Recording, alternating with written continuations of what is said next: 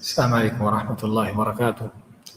الحمد للہ رب العالمین والصلاة والسلام علی رسولہ الکریم وعلی آلہ وصحبہ ومن سار علی نہجہ الی یوم الدین وسلم تسلیما کثیرا، اما بعد۔ ہم نے فقہ المیسر میں کتاب النکاح کا آغاز کیا تھا، جس کے شروع کے مسائل ہم نے لیے تھے۔ نکاح کا معنی کیا ہے، اصطلاحی تعریف کیا ہے، اور اس کی کیا حکمتیں ہیں، شرعی طور پر کیا دلائل ہیں اس کے حوالے سے، اور آخر میں ہم نے بیان کیا تھا کہ نکاح کا حکم کیا ہے اور بیوی کے اختیار کرنے کے حوالے سے، اس کے انتخاب کے حوالے سے کیا تعلیمات ہیں۔ تو نکاح کیا حکم کیا ہے؟ فضل بھائی، نکاح کا کیا حکم آپ سے پوچھا جائے؟ کیا ہے؟ ایسا نہیں سے آمد بھائی آپ؟ ہاں، سنت ہے، یعنی بنیادی طور پر اس کا حکم سنت ہے، اگرچہ بعض علماء واجب بھی کہتے ہیں، لیکن اصل یہ ہے کہ سنت مؤکدہ ہے، کیونکہ واجب کہیں گے تو اس کا مطلب اگر کوئی نکاح نہیں کرتا تو گناہ گار ہے۔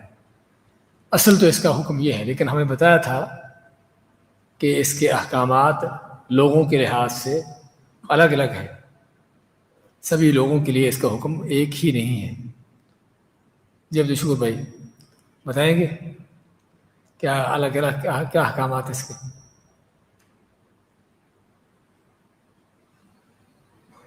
یعنی کبھی یہ واجب بھی ہوتا ہے، تو واجب کس پر ہے؟ ہاں، جس آدمی کو طاقت ہو نکاح کرنے کی، مالی طور پر، جسمانی طور پر، اور وہ نکاح نہ کرے تو اس کا گناہ میں پڑنے کا خطرہ ہو، سمجھے نا؟ اگر نکاح نہ کرے تو گناہ میں پڑنے کا خطرہ ہو تو اس پر کیا ہے؟ واجب ہے۔ طاقت بھی رکھتا ہے جسمانی مالی طور پر، اور نکاح نہ کرنے کی شکل میں گناہ میں پڑ سکتا ہو تو اس پر واجب ہے، ورنہ اصل حکم سنت ہے۔ اور مکروہ بھی ہے، کس کے لیے؟ جس کے پاس مالی طاقت نہ ہو اور یعنی جسمانی لحاظ سے بھی اس کو کوئی خاص ضرورت نہ ہو، اور ہو بھی یعنی مالی طاقت نہیں، فقیر آدمی جسمانی لحاظ سے بھی، اس کے لیے مکروہ ہے۔ اور جو بالکل ہی یعنی کہ جسمانی طور پر عاجز ہو، اس کے لیے بعض علماء کہتے ہیں کہ حرام ہے، کہ اگر بیوی کا ظاہری بات حق ادا نہیں کر سکے گا تو اس کے لیے حرام ہے۔ اچھا، بیوی کے انتخاب کے حوالے سے ہم نے ذکر کیا تھا، حدیثیں پڑھی تھی کہ کیا وہ 4 چیزیں ہیں کہ جو بیوی کے انتخاب کے لیے عام طور پر لوگ اپنے سامنے مد نظر رکھتے ہیں؟ ہاں، 4 چیزیں کون سی ہیں کہ جو عام طور لوگوں کے مد نظر ہوتی ہیں؟ ہاں جی، خوبصورتی اور مال اور حسب و نسب، اور چوتھی چیز دین و اخلاق۔ تو آپ نے کس چیز کی ترجیح دی؟ کہ دین و اخلاق کو ترجیح دو۔ اچھا، اسی طرح عورتوں کے انتخاب میں اور کس چیز کی کیا چیز ہونی چاہیے دین اور اخلاق کے علاوہ؟ کنواری ہونا بہتر ہے، جی ہاں، اور ہاں ایسی ہو کہ جو یعنی کہ نسلی خاندانی طور پر معروف ہو کہ بچے ان کے ہاں زیادہ ہوتے ہیں، بچے زیادہ دینے والی۔ اچھا، اس کے بعد ہم آگے چلتے ہیں۔ چوتھا مسئلہ، نکاح کا پیغام بھیجنے یعنی منگنی کے احکامات اور اس کے آداب۔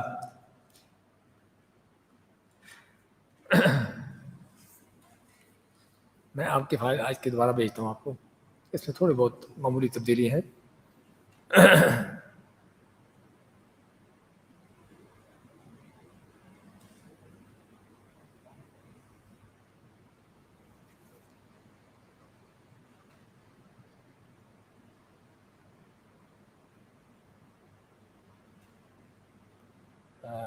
کون چلا رہا ہے پروجیکٹر؟ ہاں آپ کے پاس؟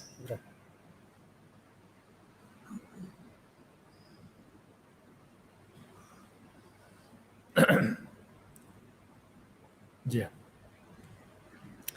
تو یہ لگا لیں، باقی وہ بھی ٹھیک ہے تقریباً، لیکن اس میں ذرا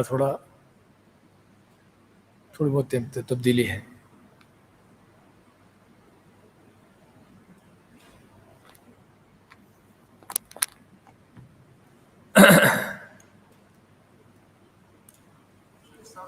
ہاں جی،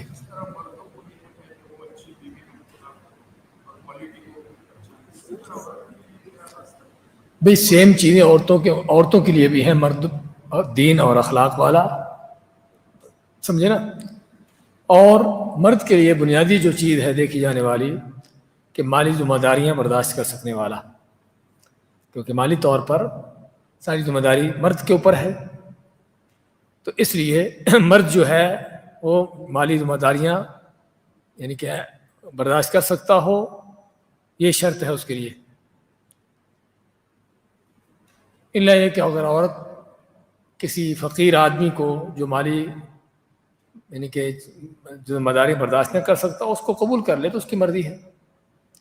لیکن تو باقی حسب و نسب کے لحاظ سے جس طرح ہم ذکر کیا ہے کہ ان چیزوں کا کسی نہ کسی حد تک اعتبار ہونا چاہیے. یعنی کسی نہ کسی حد تک کا معنی کہ جس میں خاوند بیوی آپس میں ایک دوسرے کے ساتھ ان کا معاملات چل سکتے ہوں، کیونکہ بعض اوقات ان چیزوں میں اتنا فرق ہوتا ہے، اتنا زیادہ گیپ ہوتا ہے کہ جس میں دونوں کا چلنا مشکل ہوتا ہے. اس لیے یہ چیزیں بھی اگرچہ شرط تو نہیں ہے لیکن ان کا اعتبار کسی حد تک ہے، حسب و نسب کا خاندان کا کسی حد تک اعتبار ہوتا ہے کہ ایسے خاندان دو نہ ہوں کہ جو بالکل بھی جن کا آپس میں ایڈجسٹ ہونا ممکن نہ ہو. عادات و اخلاق کے لحاظ سے اور یعنی کہ عادتیں اور ان چیزوں کے لحاظ سے بھی یہ چیزیں دیکھنے کی ضرورت ہوتی ہے. تو خیر یہ وہ چند چیزیں ہیں، باقی مرد کے لحاظ سے بنیادی یہ چیز ہے. تو چوتھا مسئلہ ہم لینے لگے ہیں کہ نکاح کا پیغام بھیجنے یعنی منگنی کے احکامات اور اس کے آداب. ہمارے یہاں منگنی کا لفظ معروف ہے، نکاح کا پیغام بھیجنا جس کو انگیجمنٹ کہتے ہیں. اس کا معنی کیا ہے؟ منگنی کیا ہوتی ہے؟ کہ جس کا معنی کہ کسی عورت سے شادی کی خواہش کا اظہار کرتے ہوئے اس کے ولی کو اس بات کی خبر دینا. عورت کے ولی سے عموماً نکاح میں بذات خود عورت سے مخاطب نہیں ہوا جاتا، بلکہ کس سے مخاطب ہوتے ہیں؟ عورت کے سرپرست سے، اس کے ولی سے. جبکہ مرد کے حوالے سے بذات خود ہی مرد جو ہے بذات خود ہی وہ اسی سے مخاطب ہوا جا سکتا ہے، اسی سے بات چیت کی جا سکتی ہے جس کی شادی جس کا نکاح ہو. لیکن عورت کے حوالے سے براہ راست اور سے مخاطب نہیں ہوا جاتا بلکہ اس کے ولی سے، سرپرست سے. الا یہ کہ بعض اوقات عورت جو ہے وہ یعنی کہ اپنے بیوہ ہوتی ہے، خاوند فوت ہو گیا یا طلاق شدہ ہے، یعنی اس طرح کی عورت بڑی عمر کی، ہاں اس کے ساتھ بعض اوقات ہے کہ براہ راست بھی اس سے بات چیت کی جا سکتی ہے، براہ راست بھی اس سے بات چیت نکاح کے لیے کی جا سکتی ہے. یعنی کوئی نکاح کرنا چاہتا ہے اس کو پیغام دے، جس طرح کہ فاطمہ بنت قیس رضی اللہ تعالیٰ عنہ آپ کے پاس آئی، کہنے لگی کہ مجھے 3 آدمیوں نے نکاح کے لیے پیشکش کی ہے، نکاح کی یعنی کہ پیغام دیا ہے، تو میں کس کو اختیار کروں؟ تو اس میں کیا ہے کہ اس عورت کو بذات خود ہی ان لوگوں نے نکاح کا پیغام دیا. اور عربوں کے ہاں یعنی اصل میں الگ الگ ہمارے کلچر ہوتے ہیں، عربوں کے کلچر میں اس طرح کی چیزیں کو معیوب نہیں ہے. خاص طور پر اگر عورت جو ہے وہ طلاق شدہ ہو، بیوہ ہو، اس طرح کی ہو، تو اس کو براہ راست ہی یعنی کہ پیغام دے دیا جاتا ہے نکاح کے لیے. لیکن عموماً جو ہے عورت کے سرپرست کو یہ چیز کی جاتی ہے اس کے ساتھ. تو یہ ہے منگنی. نکاح کا پیغام دینا یا منگنی کے احکامات اور آداب کیا ہیں؟ پہلا یہ ہے کہ کسی مسلمان کے لیے اپنے اس بھائی کے پیغام نکاح پر پیغام دینا حرام ہے جس کی طلب قبول کر لی گئی ہو. کیا سمجھے؟ کہ کسی نے نکاح کرنے کے لیے کسی عورت کے لیے پیغام دیا، ان کی بات چیت ہو گئی، تو اب بات چیت اگر ہو گئی ہے اور ان کا طے ہو گیا ہے تو اس کے بعد پھر کسی کو اجازت نہیں کہ کوئی اور جو ہے آ کر اس عورت کے لیے نکاح کا پیغام دے۔ آپ صلی اللہ علیہ وسلم کا فرمان ہے وَلَا يَخْطُبُ الرَّجُلُ عَلَى خِطْبَةِ أَخِيهِ حَتَّى يَنْكِحَ أَوْ يَتْرُكَ، کہ کسی آدمی کے لیے جائز نہیں کہ اپنے بھائی کے پیغام نکاح پر وہ پیغام دے، یعنی اس کے خطبہ پر، اس کی منگنی پر وہ منگنی کرے، کہ جب تک وہ جو ہے نکاح نہ کر لے جس نے پیغام دیا ہے، منگنی کی ہے، یا پھر اس کو چھوڑ دے۔ یعنی کسی کی مرد عورت کی بات چیت چلی یا دو خاندانوں کی بات چلی رشتہ ناتوں کی، اور رشتہ طے ہو گیا، ان کی بات ہو گئی، منگنی ہو گئی دوسرے الفاظ میں، اب کسی کو حق نہیں کہ اور کو آ کے اس کے لیے منگنی کا پیغام دے، منگنی کرے، حق نکاح کا پیغام دے، جب تک پتہ نہ چل جائے کہ انہوں نے ان کی چھوڑ چھڑائی ہو گئی ہے، رشتہ کینسل ہو گیا ان کا، ہاں پھر اس کے بعد دے سکتے ہیں۔ ورنہ کیونکہ دوسرا آگے پیغام دے گا تو کیا ہوگا، ہاں ممکن ہے کہ لڑکی والوں کا پروگرام بدل جائے اور وہ پہلے کو چھوڑ کر ان کی طرف چلے جائیں، اور جس سے کیا ہو، اچھا خاصا پھر فساد پیدا ہو۔ تو اسلام نے ان چیزوں کو خاص طور پر ان پر توجہ دلائی ہے کہ تاکہ اس میں کوئی خرابی پیدا نہ ہو۔ دوسرا حکم، جو عورت طلاق بائنہ کی عدت میں ہو اسے صرف صاف الفاظ میں پیغام نکاح دینا حرام ہے۔ اللہ تعالیٰ کا فرمان وَلَا جُنَاحَ عَلَيْكُمْ فِيمَا عَرَّضْتُمْ بِهِ مِنْ خِطْبَةِ النِّسَاءِ، جو عورت طلاق بائنہ، طلاق بائنہ کیا چیز ہے؟ طلاق دو طرح کی ہوتی ہے، طلاق رجعی ہوتی ہے اور طلاق بائنہ ہوتی ہے۔ طلاق رجعی وہ ہوتی ہے کہ جس میں خاوند کو عدت کے دوران رجوع کرنے کا حق ہو۔ یہ کون سی طلاق ہے؟ پہلی اور دوسری طلاق۔ پہلی اور دوسری طلاق طلاق رجعی ہوتی ہے کہ جس میں خاوند کو عدت کے دوران جب تک عورت کی عدت ختم نہیں ہوتی اس میں اس سے رجوع کرنے کا اس کو اختیار ہوتا ہے۔ تو طلاق رجعی میں تو بالکل جائز نہیں کہ عورت سے کوئی بات چیت کرے نکاح کی منگنی پیغام دینے کی کسی لحاظ سے بھی، کیونکہ طلاق رجعی میں جب تک عدت ختم نہیں ہو جاتی عورت پہلے خاوند کے ساتھ ابھی تک اٹیچ ہے، اگر سے طلاق اس کو ہوئی بھی ہے لیکن خاوند کو حق ہے کہ وہ عدت کے دوران اس سے رجوع کر لے۔ تو اگر ہم کہیں کہ کسی اور کو اجازت ہے کہ اسے نکاح کا پیغام دے تو پھر تو اس کا حق گیا، سمجھے نا؟ آئی سمجھ؟ یعنی کسی نے اپنی بیوی کو پہلی طلاق دی یا دوسری طلاق دی، تو پہلی اور دوسری طلاق کے بعد عورت عدت کے اندر جب تک ہے خاوند کو حق ہے اس سے رجوع کرنے کا۔ اس حالت میں تو پہلی یعنی طلاق اس کو کہتے ہیں طلاق رجعی۔ اس طلاق میں تو کسی اور انسان کو اجازت نہیں کہ اس عورت کے لیے نکاح کا پیغام دے، منگنی کرے، اس طرح کی بات چیت اس سے کرے کلی طور پر، نہ اشارتاً، ہاں 3 مہینے ہو یا 3 منسد ہو یا حمل وضع ہو، عدت کی مختلف شکلیں ہوتی ہیں، سمجھے نا؟ بچہ پیدا کرنے تک ہو، بعض اوقات جب پیٹ میں حمل ہے اگر وہ منسد اس کو آتے ہیں تو 3 منسد تک، منسد نہیں آتے تو 3 مہینے تک عدت ہوتی ہے، یہ عدت ہے۔ ہم آگے پڑھیں گے اس کے بارے میں تفصیلاً۔ تو بات کر رہے تھے کہ اگر طلاق رجعی ہے تو اس میں تو کسی کو حق نہیں کہ اس عورت کے لیے کسی طرح کا پیغام دے نکاح کا، کیونکہ ابھی تک وہ خاوند سے اٹیچ ہے، ابھی تک اس سے الگ نہیں ہوئی۔ ہاں جب عدت ختم ہو جائے گی اس کے بعد پھر وہ پہلی طلاق دوسری طلاق، ہاں بالکل عدت ختم ہوگی تو پھر 2 طلاق ہو گئے۔ ہاں جب عدت ختم ہوگی تو خاوند بیوی کا تعلق آپس میں بالکل ختم ہو گیا، اب بیوی آزاد ہے کہ جو جہاں بھی چاہے جا کے شادی کرے، لیکن جب تک عدت میں ہے اس وقت تک کسی کو اشارتاً کنایتاً کسی لحاظ سے بھی اسے نکاح کا پیغام دینے کی اجازت نہیں ہے۔ لیکن اگر طلاق بائنہ ہے، طلاق بائنہ کب ہوتی ہے؟ جب تیسری طلاق ہے، تیسری طلاق ہو یا عورت نے خلا لیا ہو، یہ بھی بائنہ ہے، یا قاضی نے ان دونوں کے الگ ہونے کا فیصلہ کر دیا جس کو فسخ کہتے ہیں، نکاح فسخ کرنا، سمجھے نا؟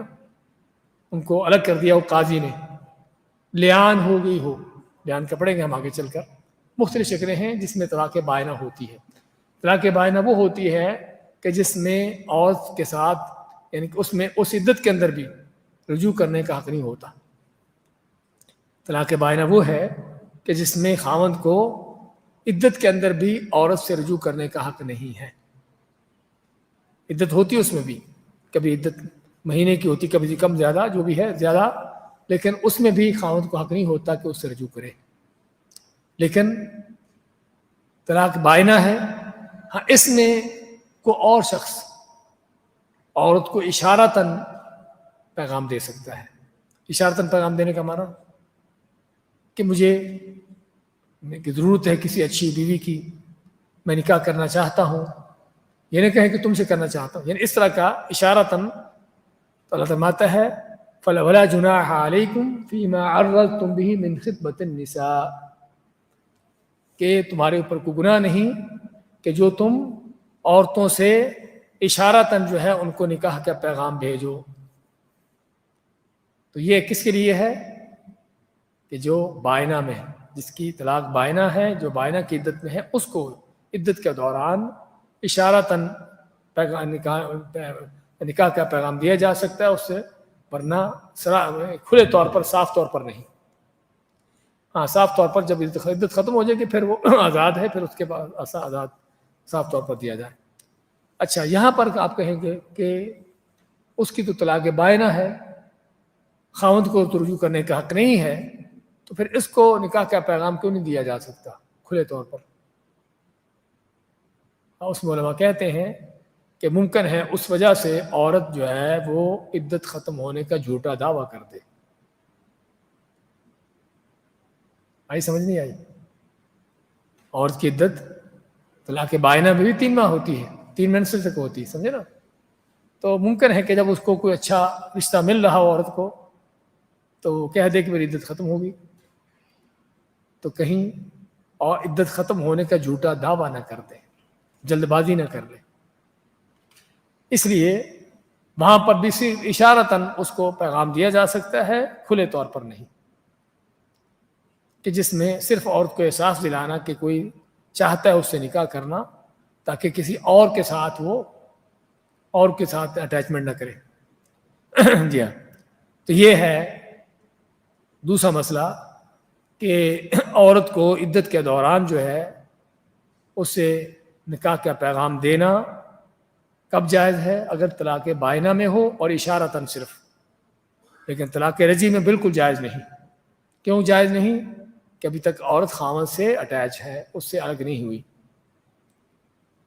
تیسرا مسئلہ، اگر کسی سے رشتہ ناطہ کرنے والوں کے بارے میں مشورہ طلب کیا جائے تو اسے ان کی اچھائی اور برائی بتا دینا چاہیے، اور اس کا شمار غیبت میں نہیں ہوگا بلکہ یہ خیر خواہی ہے جو شرعاً پسندیدہ ہے، جیسے کہ فاطمہ بنت قیس کا واقعہ ہے۔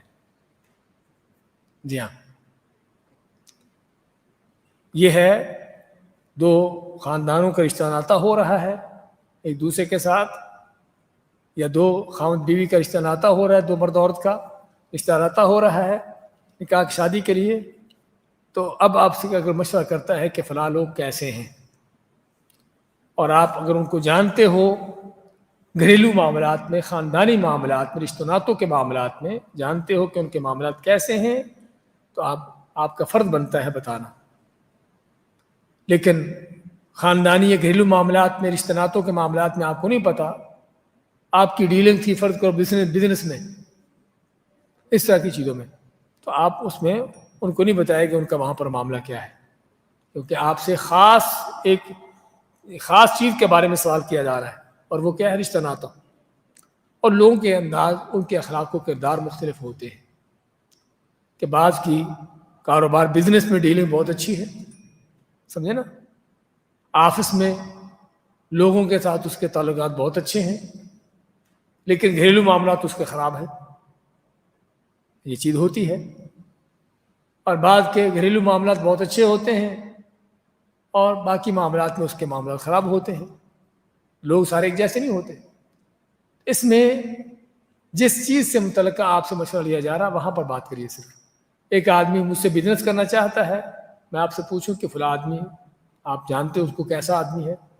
ہاں، بزنس کے حوالے سے اگر آپ کو معلومات ہے مجھے بتائیے کہ وہ ڈیلنگ کا کیسا آدمی ہے، یعنی دھوکہ باز تو نہیں ہے، ایسے غلط کام کرنے والا تو نہیں ہے اپنے مالی معاملات کے اندر، بزنس کے اندر۔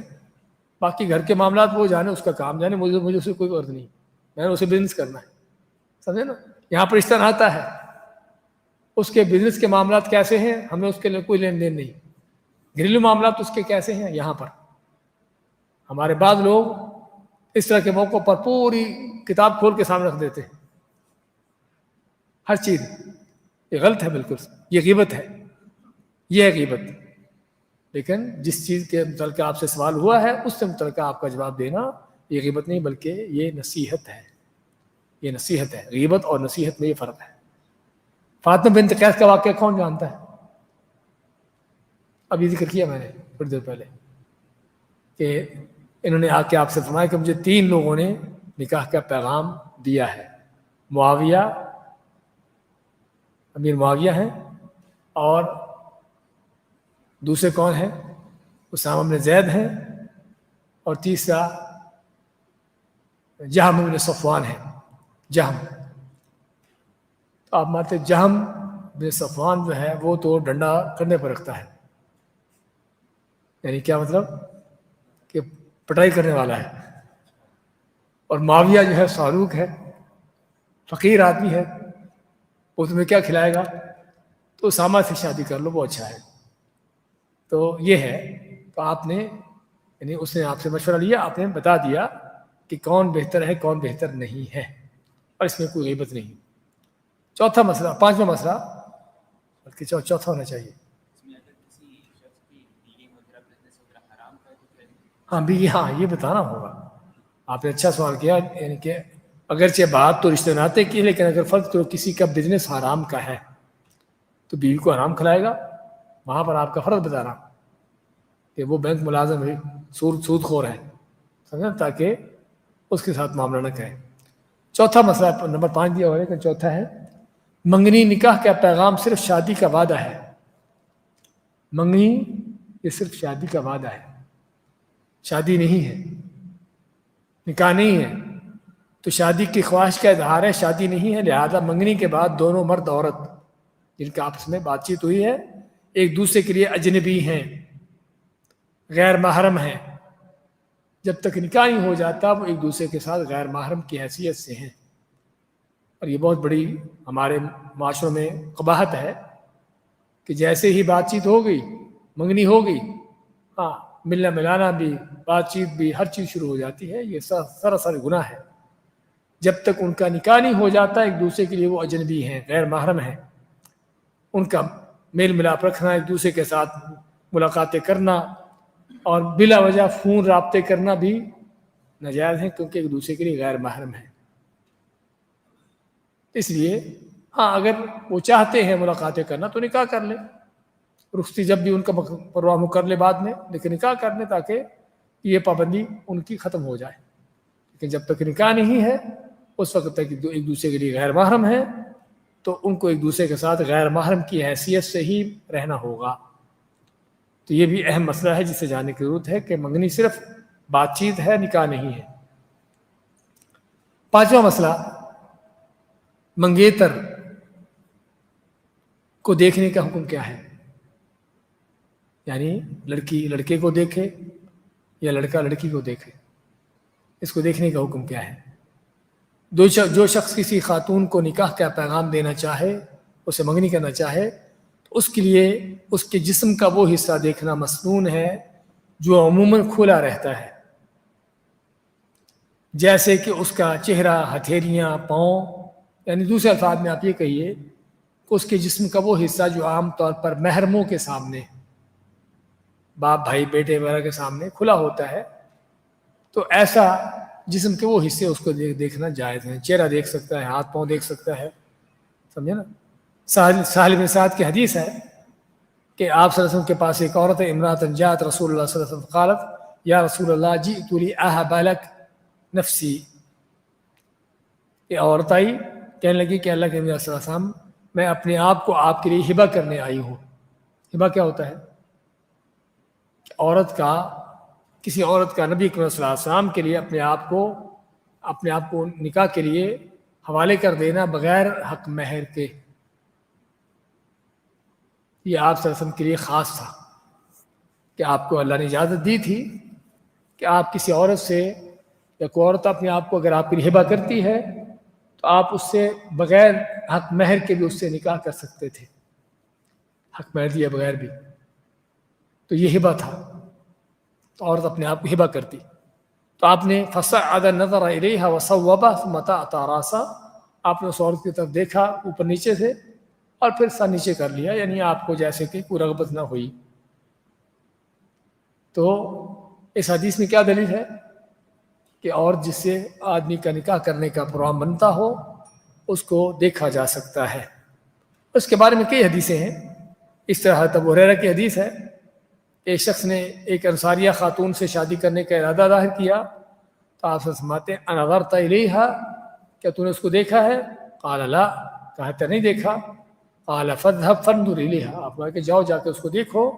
فإن فی اعین الانصار شیئا، کیونکہ انصار کی عورتوں کے اندر، عورتوں کی آنکھوں میں، اور انصار کی عورتوں کی آنکھوں میں کچھ نہ کچھ ہوتا ہے، یعنی آنکھیں چھوٹی ہیں یا کچھ اللہ عالم، تو آپ نے اس کو دیکھنے کا حکم دیا، یعنی یہاں پر باقاعدہ دیکھنے کا حکم دیا، صحیح مسلم کے حدیث میں۔ اس طرح جابر فرماتے ہیں کہ آپ صلی اللہ علیہ وسلم نے فرمایا کہ اذا خطب احدکم المرأة فإن استطاع أن ينظر منها إلى ما يدعوه إلى نكاحها فليفعل، کہ تم میں سے کسی عورت سے کوئی نکاح کرنا چاہتا ہو تو اگر اس کے لیے ممکن ہو اس کو دیکھنا کہ جس سے اس کے اندر نکاح میں رغبت پیدا ہو تو اس کو کرنا چاہیے، یعنی اس کو دیکھنا چاہیے، یعنی آپ نے باقاعدہ حکم دیا کہ تم میں سے اگر کوئی کسی عورت سے نکاح کا ارادہ رکھتا ہے تو کوشش کرے اس میں اس کو دیکھنے کی۔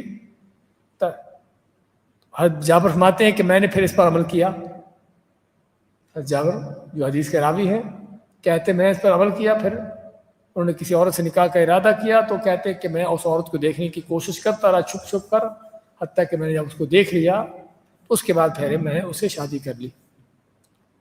اور اس دیکھنے میں حکمت کیا ہے؟ اس دیکھنے میں حکمت یہ ہے کہ اس میں دلی رغبت پیدا ہو جاتی ہے اور دونوں کے درمیان الفت اور دیر پا محبت کا تعلق قائم ہونے کی امید ہے۔ مغیرہ بن شعبہ کی حدیث ہے، فرماتے ہیں کہ جب ایک عورت کا نکاح کا پیغام دیا تو آپ میں کہ جاؤ دیکھو اس کو، فإنه أحرى أن يؤدم بينكما، کیوں دیکھنے کا حکم دیا؟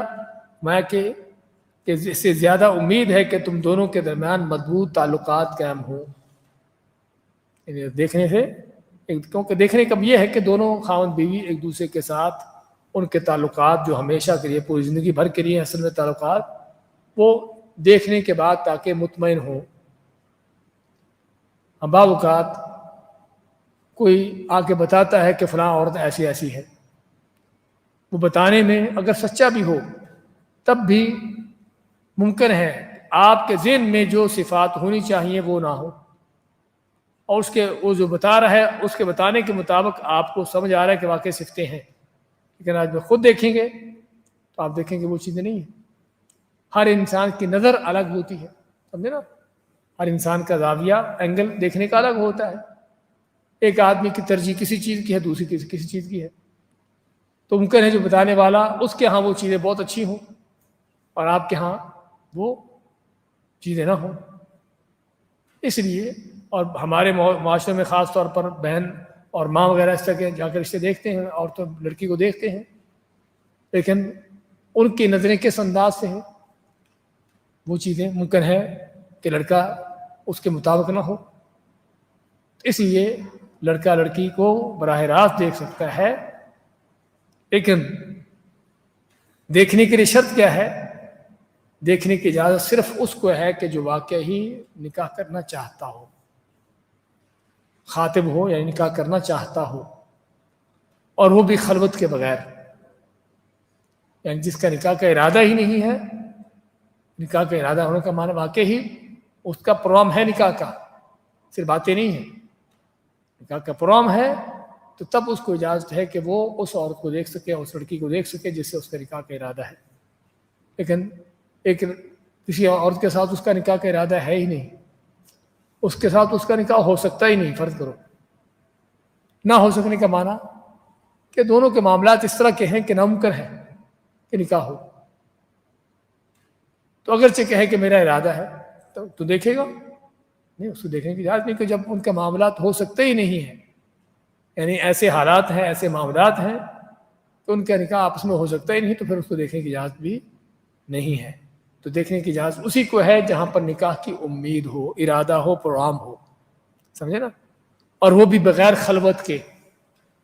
خلوت کے معنی تنہائی، علیحدگی، یعنی لازماً عورت کے ساتھ کوئی دوسرا اس کا محرم ہو،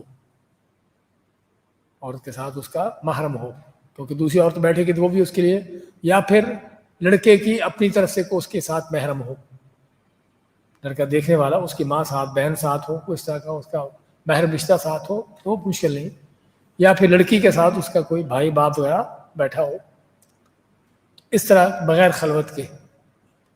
یعنی علیحدگی میں دونوں کے ایک دوسرے کو دیکھنا بھی جائز نہیں، کیونکہ ابھی تک وہ غیر محرم ہے. اسے ہمیں پہلے ذکر کیا ہے کہ جب تک ان کے نکاح نہیں ہو جاتا ان کے سارے معاملات غیر محرم کے ہیں، تو کسی بھی چیز میں ایسا کرنے کی اجازت نہیں کہ جو شرعی طور پر جائز نہ ہو.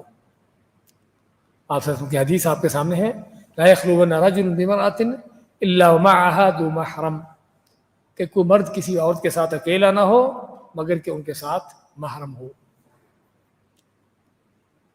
تو یہ تھا پانچواں مسئلہ کہ جس میں عورت کو یا خاوند بیوی کے ایک دوسرے کو دیکھنے کے حوالے سے. تو احادیث میں اگرچہ خاوند کا بیوی کو دیکھنے کا بیان ہے، لیکن ہم کہیں گے یہی حکم بیوی کا خاوند کو دیکھنے کے لیے بھی ہے، کہ عورت بھی، لڑکی بھی لڑکے کو اسی طرح دیکھنے اس کا حق ہے، اس کو دیکھنا چاہیے. لیکن آپ کہیں گے کہ حدیثوں میں صرف لڑکی کا بیان کیوں ہے؟ ہاں ہاں ہاں، مرد پردہ نہیں کرتے. ہاں، اصل آپ کا جواب بہت اچھا ہے، اصل جواب یہی ہے کہ مردوں کو دیکھنے کے لیے کوئی حکم دینے کی ضرورت نہیں ہے، وہ نظر آتے رہتے ہیں. سمجھے نا؟ اور یہی پردے کی دلیل ہے، یہ عورت کے چہرے کے پردے کی بہت ٹھوس دلیل ہے کہ اگر عورت کے پردہ نہ کرتا، عورت کا پردہ چہرے کا نہ ہوتا تو پھر اس کو دیکھنے کا حکم دینے کی اجازت نہیں، ضرورت ہی نہیں. ہاں، پھر تو مردوں کی طرح وہ بھی نظر آتی ہیں.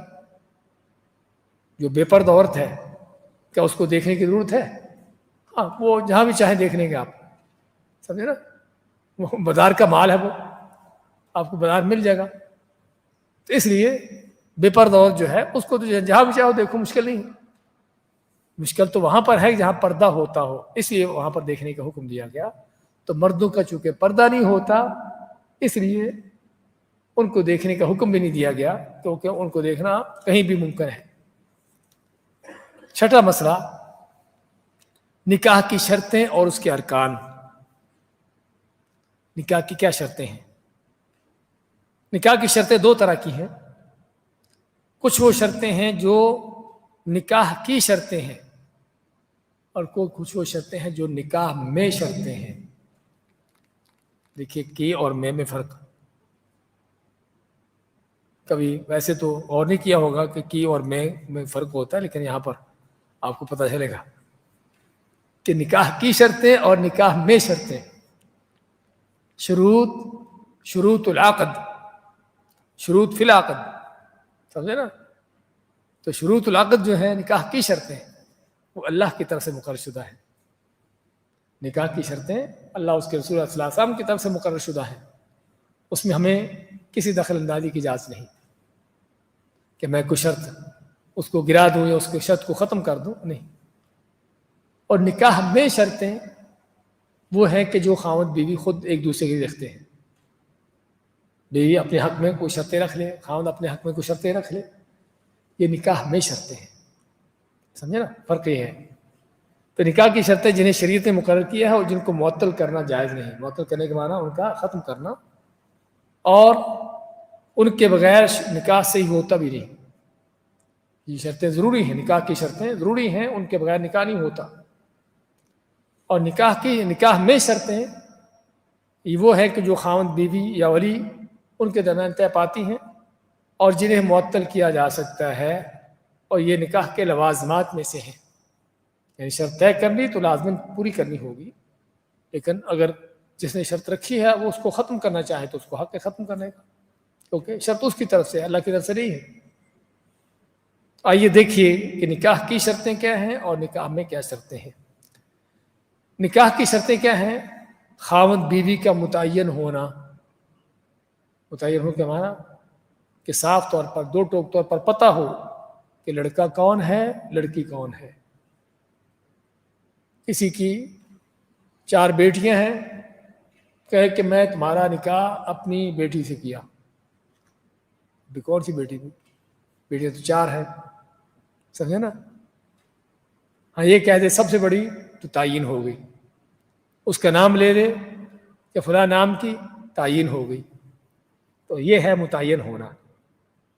کوئی کہے کہ میں اپنے لڑکے کے لیے تمہاری بیٹی کا نکاح چاہتا ہوں.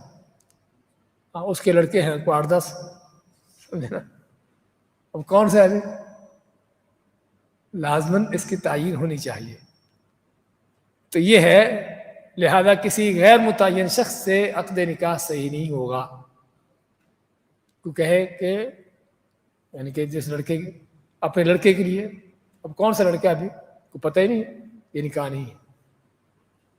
جیسے کوئی شخص کہے کہ میں نے تمہاری شادی اپنی بیٹی سے کر دی جبکہ اس کی 1 سے زیادہ بیٹیاں ہوں، یا کوئی کہے کہ میں نے تمہاری شادی اپنے بیٹے سے کر دی اگر اس کے متعدد بیٹے ہوں، بلکہ نام کے ساتھ اس کا تعین کرنا ضروری ہے. ہاں بعض کا نام کے علاوہ بڑی بیٹی معروف، بڑی کون ہے، بڑا بیٹا کون ہے معروف ہے، جیسے فاطمہ اور محمد وغیرہ، یا صفت کے ذریعے جیسے کہ بڑی یا چھوٹی. جبکہ موسیٰ علیہ السلام کے قصے میں وہاں پر صاحب مدینہ نے کیا کہا تھا؟ انی اريد ان انکحک احدی ابنتی ہاتین. کیا معنی؟ کہ میں اپنی 2 بیٹیوں میں سے کسی ایک کا تم سے نکاح کرنا چاہتا ہوں.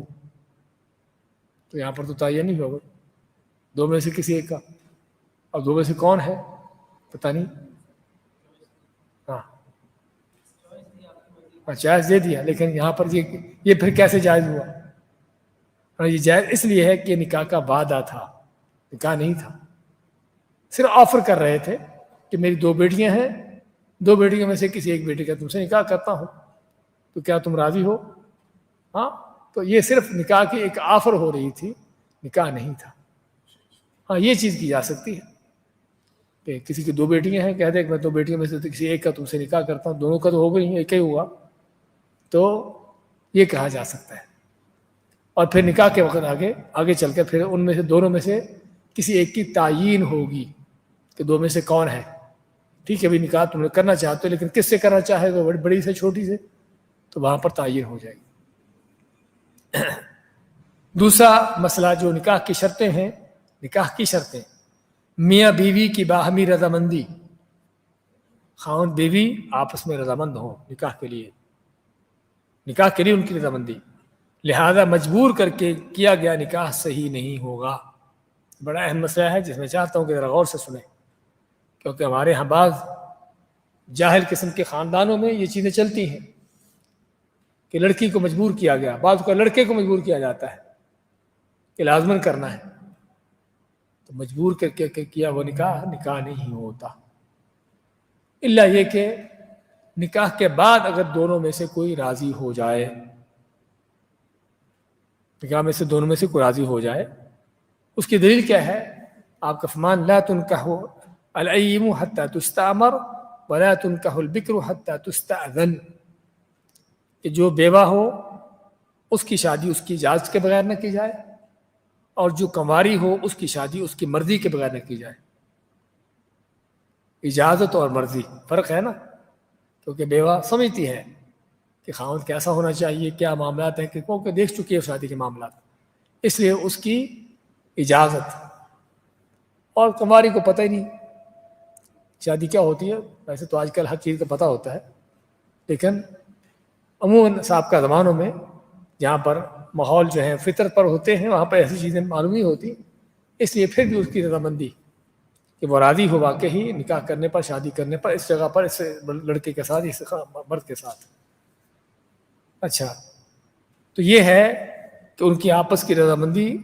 اگر مجبور کر کے نکاح کیا گیا تو نکاح نہیں ہوگا، لیکن اگر نکاح ہو گیا یعنی عقد ہو گیا تو نکاح باطل ہوگا. ہاں نہیں، اس کے بعد دیکھا جائے گا کہ لڑکی یا لڑکا دونوں اس نکاح کو جاری رکھنے پر تیار ہیں نہیں.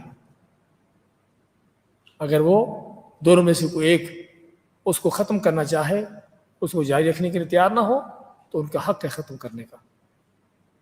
واقعہ آتا ہے اس میں، ایک لڑکی آپ کے پاس آئی اور آ کے اس نے آپ سے شکایت کی کہ میرے باپ نے میرا نکاح کر دیا ہے اپنے بھتیجے کے ساتھ، یعنی اپنے بھائی کے بیٹے کے ساتھ، جبکہ مجھے پسند نہیں ہے، اور باپ نے نکاح اس سے صرف کوئی خاندانی معاملات کی وجہ سے کیا ہے. تو آپ مایا کہ اگر تم چاہو تو تمہارا نکاح ختم کرتے ہیں. لیکن اس نے کہا کہ نہیں، میں نہیں چاہتی کہ میرے باپ کی ذلت رسوائی ہو، لیکن میں صرف یہ بتانا چاہتی تھی کہ باپ کو اپنی بیٹی کے اوپر اس طرح کا کوئی حق نہیں کہ زبردستی کرے. یعنی اس عورت کا اصل مقصد سارا کیا تھا کہ تاکہ آئندہ سے لوگوں کو پتہ چل جائے کہ یہ ایسا کرنا جائز نہیں ہے. لیکن ساتھ ساتھ اس نے باپ نے جو کر دیا تھا اس کو برداشت کرنے کے لیے تیار تھی. بعض اوقات ہوتا ہے، اور یہ بھی چیزیں حقیقت میں دیکھنے والی ہیں. اصل تو ماں باپ ہی کو چاہیے کہ جہاں پر لڑکی لڑکے کی رضامندی ہو وہیں پر نکاح کریں، بغیر اس کے یہ کام نہ کریں. لیکن بعض اوقات ماں باپ خاندانی لحاظ سے کسی اور وجہ سے اس طرح کی بات چیت کر بیٹھتے ہیں، کر دیتے ہیں. اب لڑکے لڑکی کو دیکھنے کی ضرورت ہے.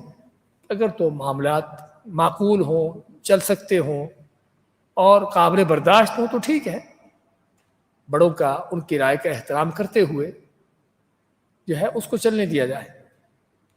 الا یہ کہ اگر معاملہ بہت ہی ایسا ہو کہ جو ناممکن ہو چلنا، یعنی لڑکی لڑکے کے درمیان نفرت ہے اور کسی طرح کا آپس میں کوئی ان کے کہ کسی طرح کی محبت پیدا ہونے کا کوئی رستہ ہے ہی نہیں، سمجھے نا، یا کوئی اس طرح کے معاملات ہیں، تو وہاں پر پھر چاہیے والدین کو بھی چاہیے کہ ایسے بات کرے ہی نہیں، شروع میں کر بھی رہی ہے تو اس کو ختم کریں، چہ جائے کہ دونوں ایک دوسرے کے لیے ہمیشہ کے لیے ان کو عذاب بنا دیں.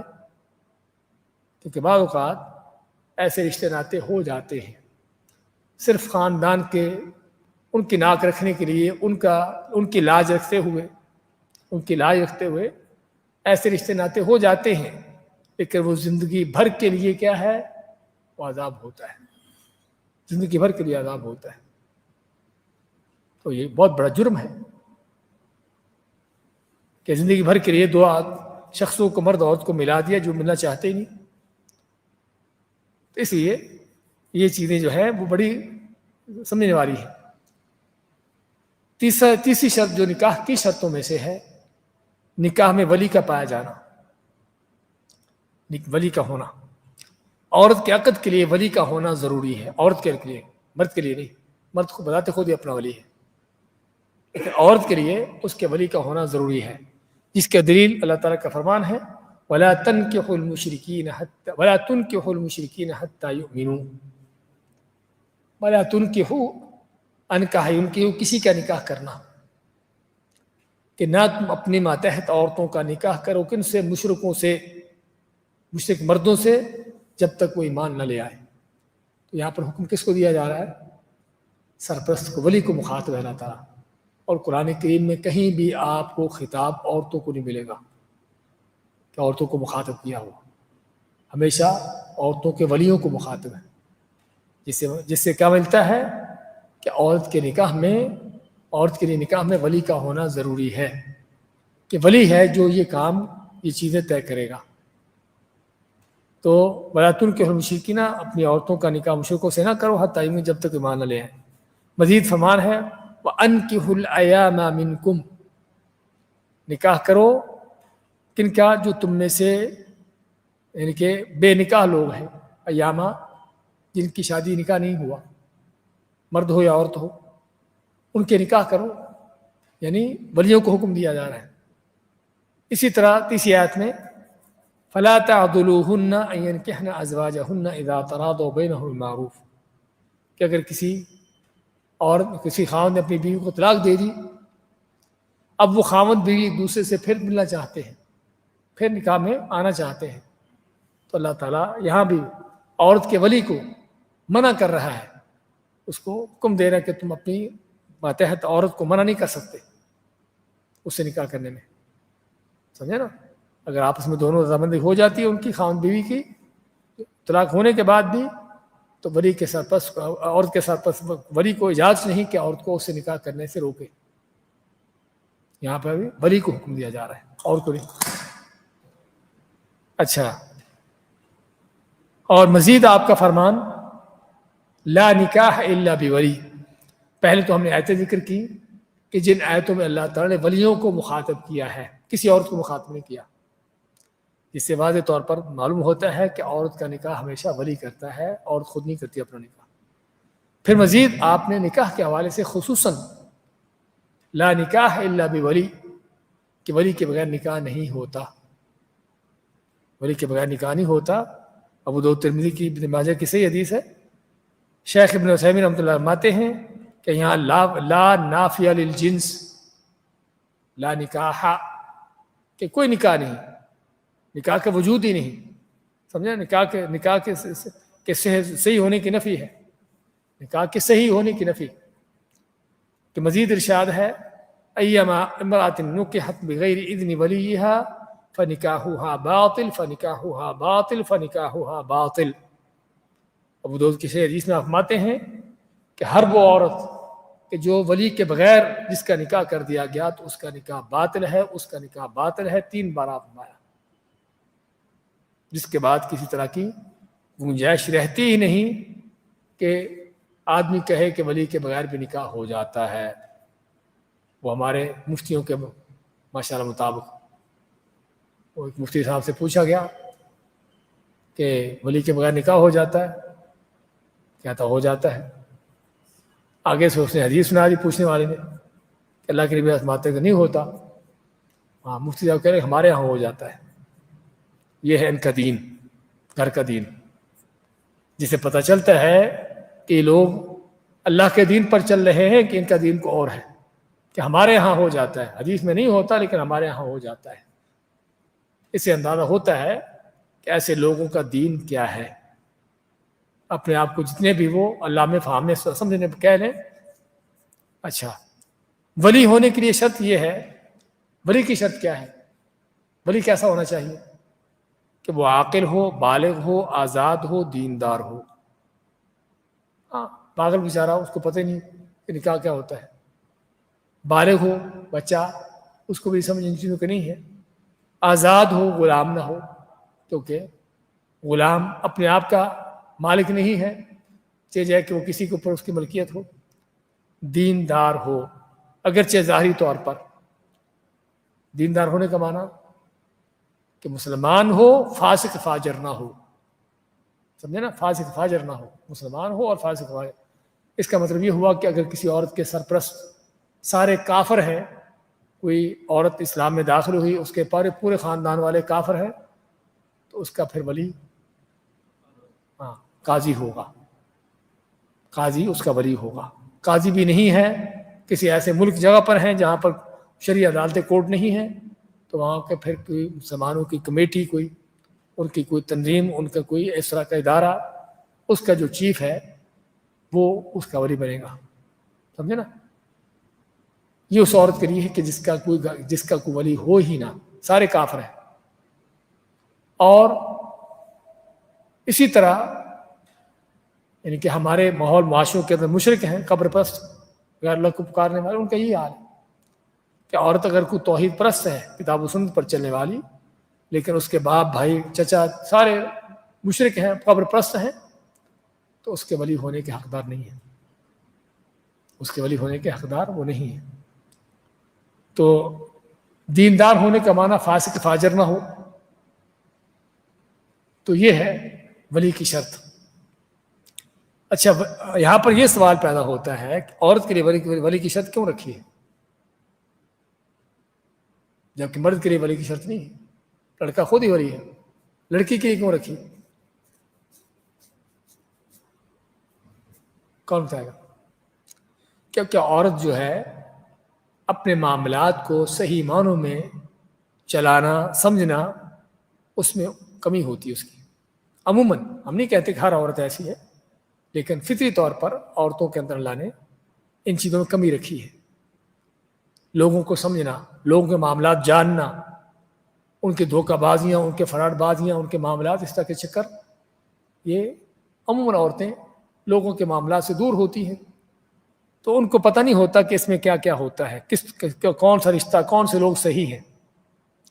اسی اللہ تعالیٰ نے عورت کے لیے سرپرست کا ہونا لازمی رکھا ہے، سفر کے اندر بھی، نکاح کے اندر بھی، مختلف چیزوں میں، کہ تاکہ اس کا کوئی پرسان حال ہو، اس کا کوئی والی وارث ہو. ایک تو عورت کی حفاظت کے لیے، دوسرا جس سے اس کا نکاح ہو رہا ہے ان کو بھی تنبیہ کرنے کے لیے کہ یہ اکیلی نہیں ہے. ہاں، ورنہ کوئی نکاح کرتا کسی عورت کا، اور تو ہو بھی رہا ہے آج کل، کورٹ میرج ہوتی ہیں، ہاں 4 دن مزے اڑائے، اس کے بعد ٹانگ مار کے چل دیے، پوچھنے والا کون ہے؟ ہاں، جس طرح آئی تھی اکیلی جائے اکیلی، کون پوچھنے والا، کون اس کا والی وارث ہے؟ لیکن جب والی وارث ہوتے ہیں نا، پھر وہ آدمی کو بھی کان ہوتے ہیں بھی اس کے پیچھے کوئی ہیں، سمجھے نا؟ تو یہ بہت بڑی اسلام کی حکمت ہے. عورت کے لیے سرپرست کی شرط، ولی کی شرط رکھنا، اگرچہ جاہل لوگ اس کو نہ سمجھیں، وہ جاہل چاہے فقہ کے انداز سے جاہل ہوں، اپنے آپ کو فقیہ بنا کے بیٹھے ہوں، یا ویسے ہی ملحد قسم کے بے دین لوگ کہ جو عورت کی سرپرست ہونا بھی عورت کی غلامی ہے، عورت کو غلامی میں ڈالنا، یہ اس طرح کی خواستیں جو چلتی ہیں آج کل، تو اس بات کو نہ سمجھے، بلکہ نہ سمجھنے کا معنی نہیں ہے. وہ چاہتے یہی ہیں کہ عورت کو اس انداز سے اس کی سیکورٹی، اس کی حفاظت، اس طرح کے سارے بندھن ختم ہو، تاکہ یہ بے ایمان جس طرح چاہیں کریں، عورتوں کو گھروں سے نکالیں، عورتوں کے ساتھ جیسے چاہیں اس طرح کے مزے لیں ان سے، اس کے بعد جب چاہیں ٹانگ مار کے چل دیں، ان کو پوچھنے والا کوئی نہ ہو.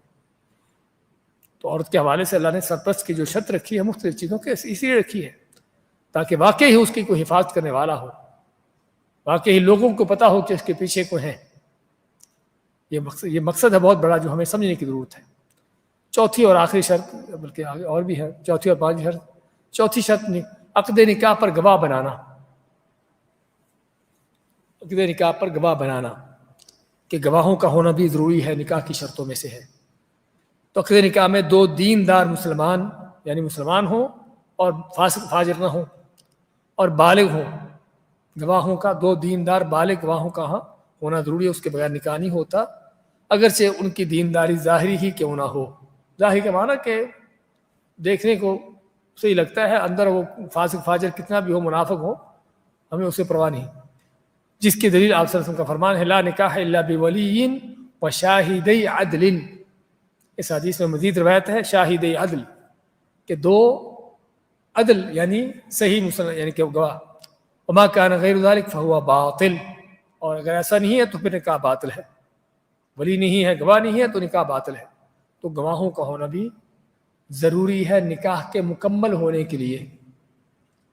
ویسے ابتدائی طور پر نکاح ہو جاتا ہے، ہم نے پہلے بھی شاید ذکر کیا تھا کہ اگر کوئی آدمی اب کہہ دے کسی دوسرے کو، کسی لڑکے کو، نوجوان کو، کہ میں نے اپنی بیٹی سے تمہارا نکاح کر دیا، اور اس نے کہہ دیا کہ ٹھیک مجھے قبول ہے، تو نکاح ہو جائے گا.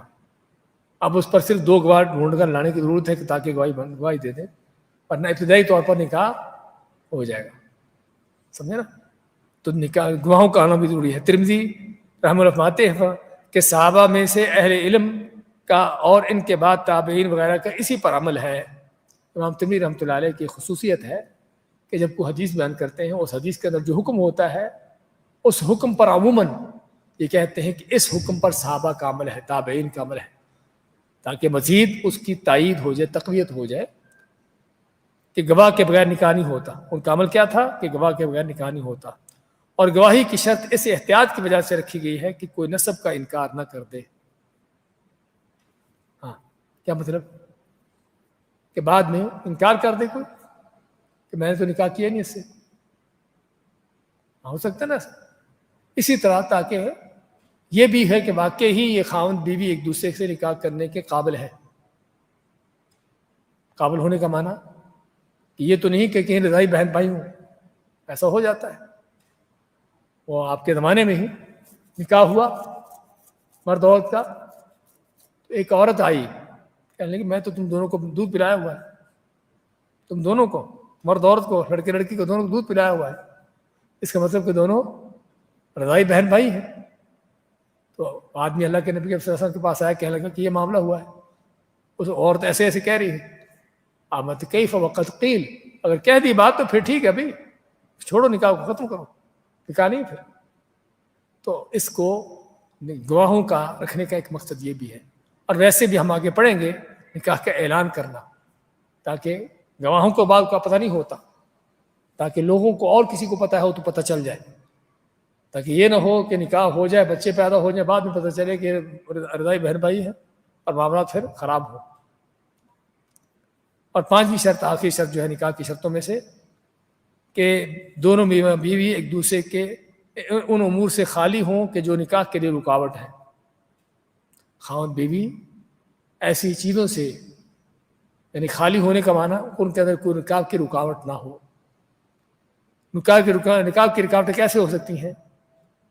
چاہے اس کا تعلق نسب سے ہو، جسے ابھی بتایا میں نے کہ رضائی بہن بھائی ہے، یا کسی اور سبب سے، جیسے رضاعت یا سسرالی رشتہ. سسرالی رشتہ کے مطلب کہ آپ کی جو بیوی ہے پہلے والی، اسی کی بہن سے آپ نے شادی کر لی، اس کی کوئی رضائی بہن ہے، سمجھے نا، پتہ نہیں تھا اس کو، تو شادی کر لی اس سے، تو نکاح نہیں ہوگا کیونکہ بہن ہے. یا دونوں کا دین الگ ہونا. ہاں دین، یہ مسلمان ہے، وہ کوئی اور دین پر ہے. ہاں یہودی نصرانی ہے تو عورت سے نکاح ہو سکتا ہے، لیکن مشرک ہے. اور اس جیسے اسباب کے جیسے ان میں سے کوئی ایک حج یا عمرے کا احرام باندھے ہوئے ہو. ہاں یہ بھی ہے، اگر کوئی حج یا عمرے کا احرام باندھے ہوئے ہے تو اس میں نکاح نہیں ہوتا.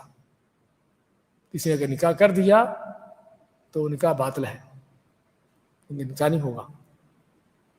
یا عورت عدت میں ہے، عورت کے اب عدت ختم نہیں ہوئی، اس سے پہلے نکاح کر دیا، اس کے عدت کے اندر ہی. یہ کیا ہے؟ رکاوٹیں ہیں نکاح کی. یہ نکاح کی رکاوٹیں ہیں ساری. تو کہ ایسی رکاوٹ نہ ہو کہ جس سے نکاح نہ ہوتا ہو، نکاح میں کوئی رکاوٹ نہ ہو. تو یہ ہیں 5 جو نکاح کی شرطیں ہیں. آگے آئے گے نکاح میں شرطیں، وہ ذکر کریں گے بعد میں. تو یہ ہے نکاح کی شرطیں کہ جن کا ہونا ضروری ہے. کیا کیا ہے؟ کہ خاوند بیوی کا تعین ہونا، اور دونوں کی رضامندی ہونا، بیوی کے لیے عورت کے لیے ولی کا پایا جانا، اور عقد نکاح پر گواہ بنانا، اور دونوں کا ایسی چیز سے خالی ہونا جو نکاح میں رکاوٹ بن سکتی ہو. میں خیال اتنا کافی آج سمجھ آ رہا نا؟ ویسا مہر واجبات میں سے ہے. ہاں جی، مہر واجبات میں سے ہے، شرط نہیں ہے. یعنی دینا ضروری ہے، دینا ضروری ہے، لیکن مہر نہیں بھی مقرر کیا تو نکاح ہو جائے گا. اب بعد میں طے کیا جا سکتا ہے کہ کتنا دینا ہے.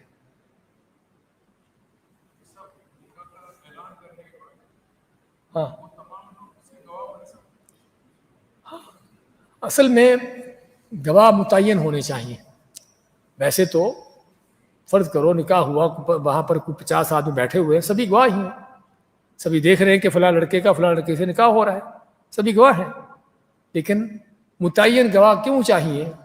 کہ تاکہ بعد میں کسی وقت کوئی معاملہ کھڑا ہو حق مہر کے حوالے سے، کسی اور چیز کے حوالے سے، تاکہ ان گواہوں کو طلب کیا جا سکے. اب کہو بھی اس میں اتنے لوگ سے 50 کہاں پر بھی کون کون ہے پتہ ہی نہیں، تو یہ چیز غلط ہے. اس لیے گواہوں کا متعین ہونا، اور خاص طور پر آج کا پیپر ورک جو ہوتا ہے اس میں لکھا جانا، اس لیے ضروری ہے تاکہ پتہ ہو کہ وہ کون ہے. ہاں لکھا جانا